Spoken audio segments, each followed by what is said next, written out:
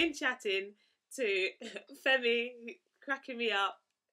Yeah, as you can see, he's a real joker. Yo. Actor, lawyer. What else? We got all-round entertainer, entrepreneur. He's doing it all. He's speaking in Yoruba too. So we're just talking about creating new opportunities and for ourselves, balancing our pursuit to law throughout the within the legal field, and also the other things that we wanted to do, like with me, the motivational speaking, with Femi, the acting, the script writing, the everything. So and we're just kind of talking about striking that balance and also just creating new opportunities for yourself.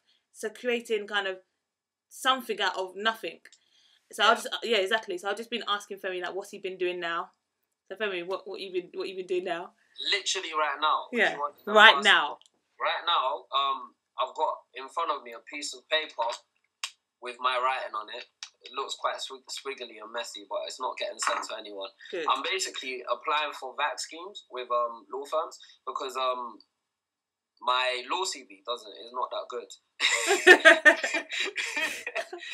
I went to a good uni, I got good grades, and I went to obviously law school. I got good grades from there, and I've done the extent of my legal experience is like a mini pupillage, and I opened it, I linked it. So, that's not good. But I've done a million other things. Exactly, you've been busy making 5 films and literally in the past since 2000 and my first film I did in 2000. I did Kidulthood at the end of 2004. That was the first film I did, and that came out in 2006. Yeah. And so since then I've done a ridiculous amount actually. Theatre plays as well. I've done lots of plays. I've done plays. I've done the Edinburgh Festival. I've done Hackney Empire. I've done plays all over London. I've done obviously I've done the films, Kidulthood, Adulthood, 4321. I'm doing another Hoods out in March. I think that's the best film I've ever done. Yeah.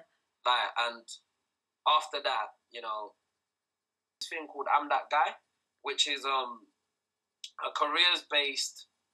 Because at the time when I first come out of uni, lots of kids were getting stabbed in 2008. I think that was the peak.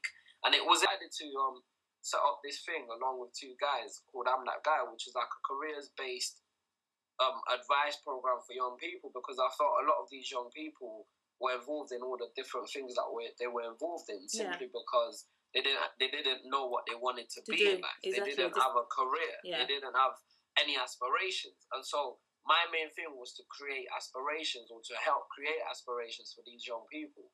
So, I've been working on I'm That Guy for a while now. I managed to raise some funds from some really generous rich people. And do you have their numbers? Do you have any of their numbers? We'll talk afterwards. When we're offline, cut.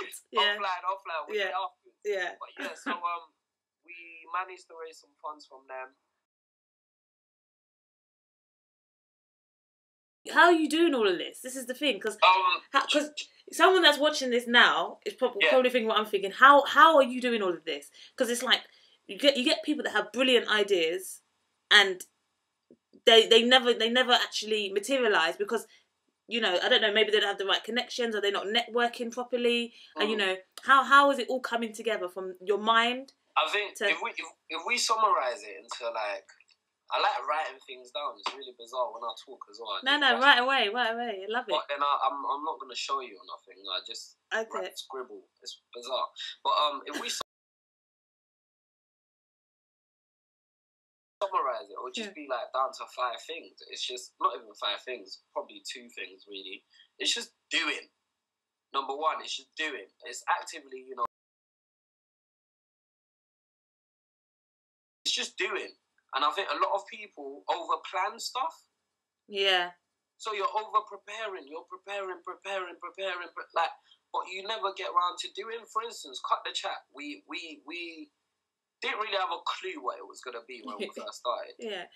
We just knew we didn't want it to be a reality TV program. We knew we wanted it to be a show. So we shot the first episode. And if you can find it online somewhere, it was with Eddie Caddy. And the barbershop was packed because we just invited bare people. Yeah. We didn't have an idea. We just invited people. Yeah. Calm down. Yeah, calm down. We shot this thing, but do you know what? When I look back on the first show, I look at it and I think, oh, that was so inexperienced with you guys, and we've now finessed it, and it's a lot better. You know, it's like Loose Women just with black boys in a barbershop. Yeah. However, like when we first started, we didn't have that vision and we didn't have that drive. But what we've been able to do is we started, and exactly. We started and you improved. Or cut the chat or anything, and I'll be the guy that's holding up the microphone. Yeah. I remember one time we were interviewing Reggie Yates for I'm That Guy. Yeah. And I was off camera on my knees holding up a microphone so that I could pick up his sound. But I was in charge of that shoot. I was controlling the budgets. I essentially was in charge of every aspect of the shoot. But whatever it takes for me to do any of these things, I was able to do. And I was able to, you know, to assume different roles. Now because of Cut the Chat, like I was saying to you before, Tobi, I can edit. I can do all of these things. Yeah. Not because I want to, or not because that I want to do everything and I think I'm so... No, I hear you. So great. But that's what it takes to make the project happen. But the most important thing to do is that doing. Because people talk too much. Nothing. You can go to Japan for a year and come back, and all your friends mostly will be the same. Can you imagine? It's sad. I promise you, not because people are bad people. Because no, exactly, or they don't have great ideas. But no one puts it into action, and you have to be brave. And secondly, I think you have to be willing to work for free, like for yourself. Yeah. Okay. So on that, you bring it now. Now you're bringing in money. Okay. Yeah. That's what scares people. That's what scares people. That's real. That's real talk. That's what scares people. But how? Okay. So they're willing to do things for free, with no money. For yourself. Yeah. So how do you get money eventually? How do you get money eventually? Every idea that you come up with, yeah. Yeah. If it doesn't have a way of making money. Yeah, or in the future, if you don't see it making money, long term, you shouldn't do it, or you should have it as a hobby. No, honestly, you should have it as a hobby. Simply and see it as a hobby from the start.